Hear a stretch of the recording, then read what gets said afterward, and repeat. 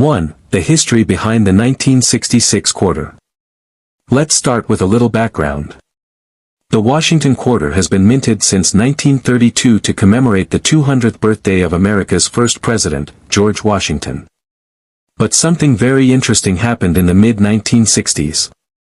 In 1965, due to a nationwide coin shortage and the rising price of silver, the U.S. Mint made a critical change. It removed silver from most circulating coins. So, by 1966, quarters were no longer made of 90% silver, they were now copper-nickel-clad coins. But here's where it gets juicy. Despite the switch, some silver planchets were still accidentally used in 1966 due to leftover blanks from 1964 or 1965. These rare mint errors are worth a fortune today and are at the heart of the most valuable 1966 quarters.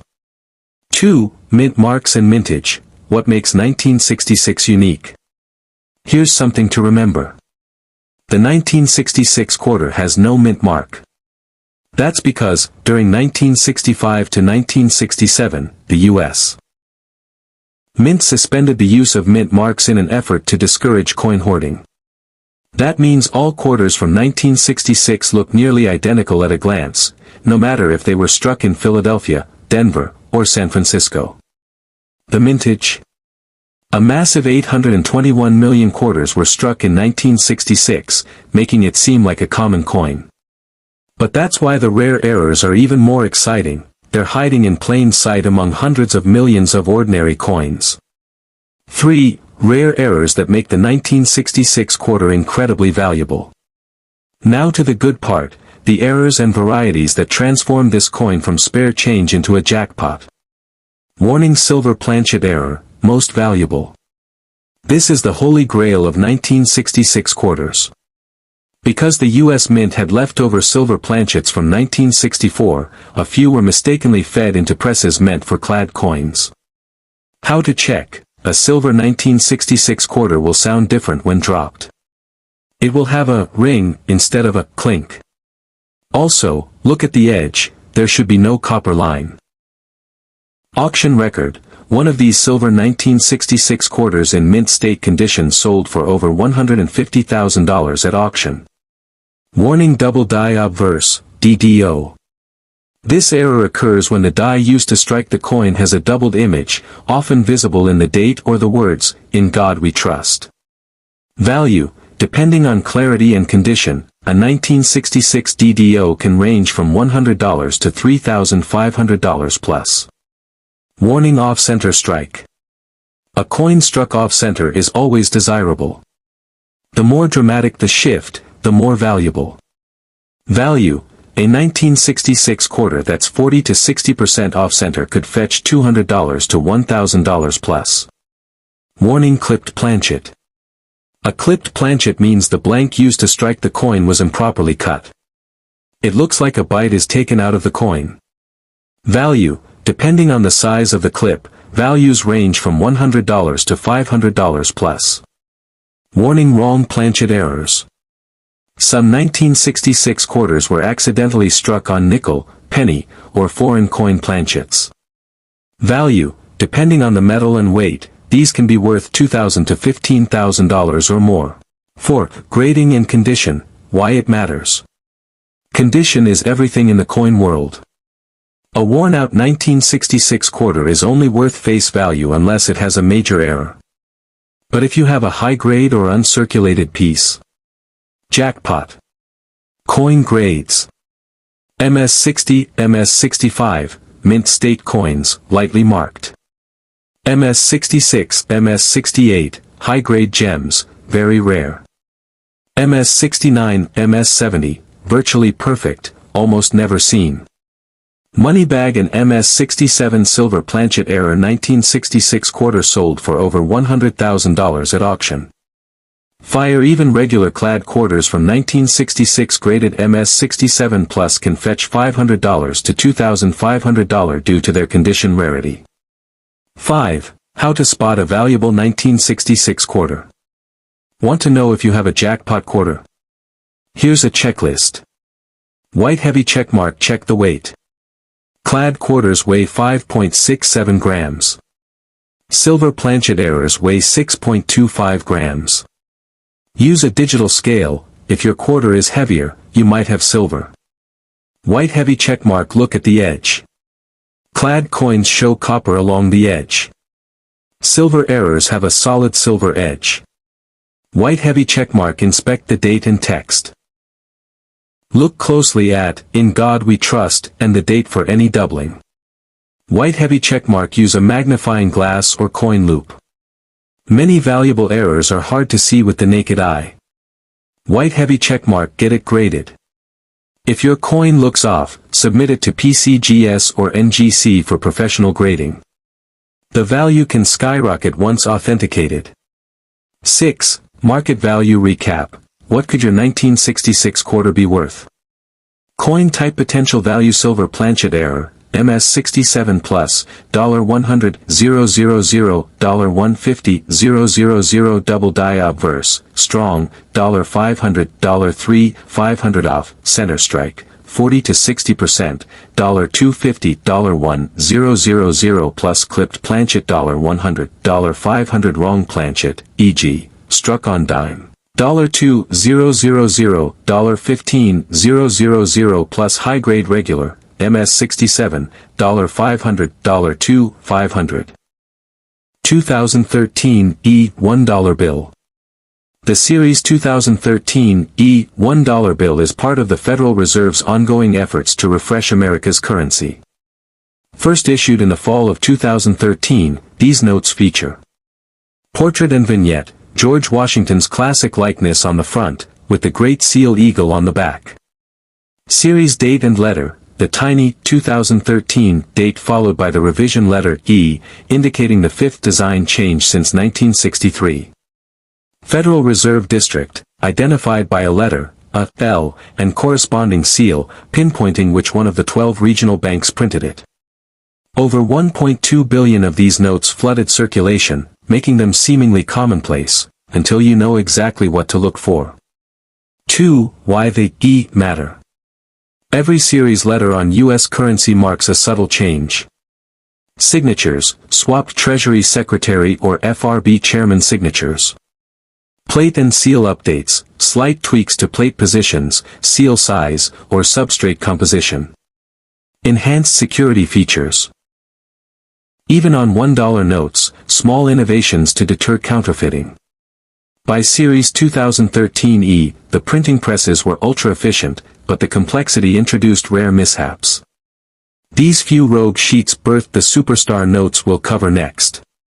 3. Star notes, the crown jewels.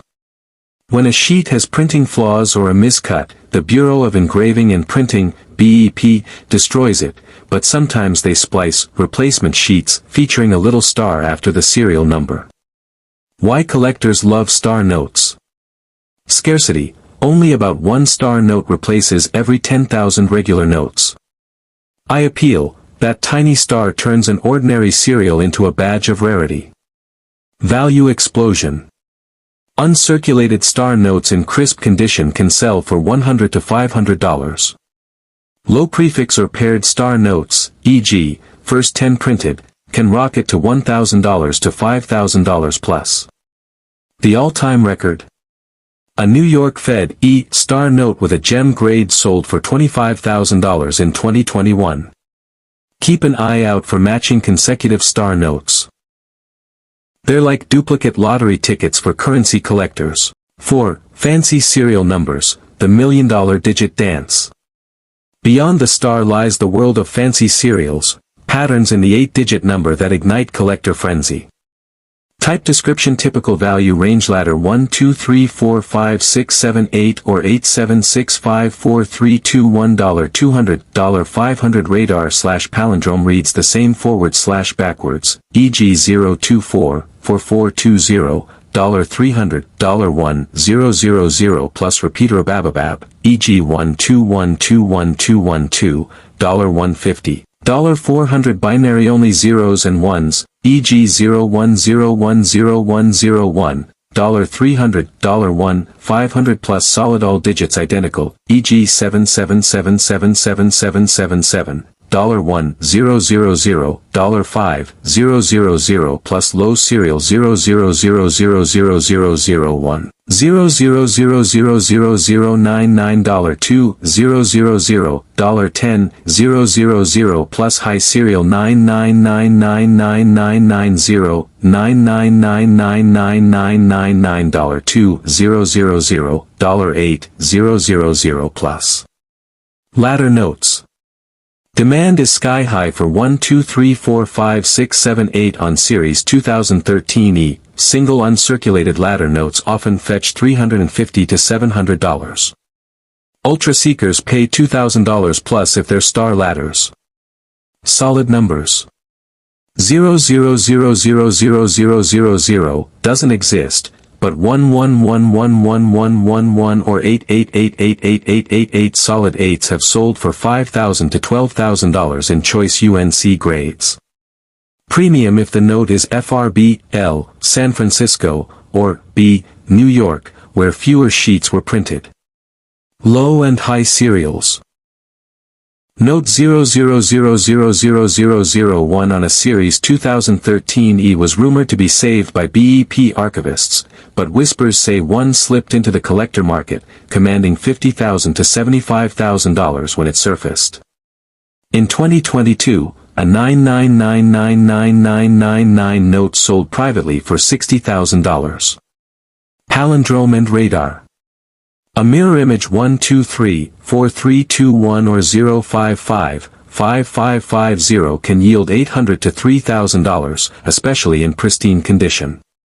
Tip: always verify pedigree, auction house records or reference certificates, when chasing high-end fancy serials. 5. Printing and alignment errors. Some of the rarest 2013 E bills result from BEP plate or alignment mishaps. Misregistration, offset prints where the green treasury seal floats away from its circle, values, $200 to $1,000, depending on severity. Ink smears/blobs, isolated areas with excess ink can push prices to $300 to $1,500 for dramatic smears. Double printing, rare instances of the serial or back vignette printed twice, slightly shifted. These unicorns can top $10,000 when graded by PMG or PCGS. Bites of paper errors are alive and well. Keep your eyes peeled when evaluating raw notes. 6. Grading and preservation. Condition is king. The difference between a gem UNC 66 and a choice UNC 63 can be 3 times premium. Top grading houses. PCGS Currency, Universal Popular, strict on ink centering. PMG, more lenient on minor corner dings, but honors major errors. Grading tiers and values, example for star note. 63 EPQ Choice UNC Star, $150. 66 EPQ Gem UNC Star, $350. 67 EPQ Superb Gem Star, $800 to $1,200. Always aim for EPQ, exceptional paper quality, tags, collectors pay a 20 to 30% premium. 7. Record-breaking auctions. Let's spotlight a few jaw-dropping sales. $47,500, PMG 67 Star Note, E, San Francisco FRB, L, 2013 E replacement, ultra-low position. $38,000, PCGS 66 Ladder 1 2 3 4 5 6 7 8 Note, issued by Boston FRB, A.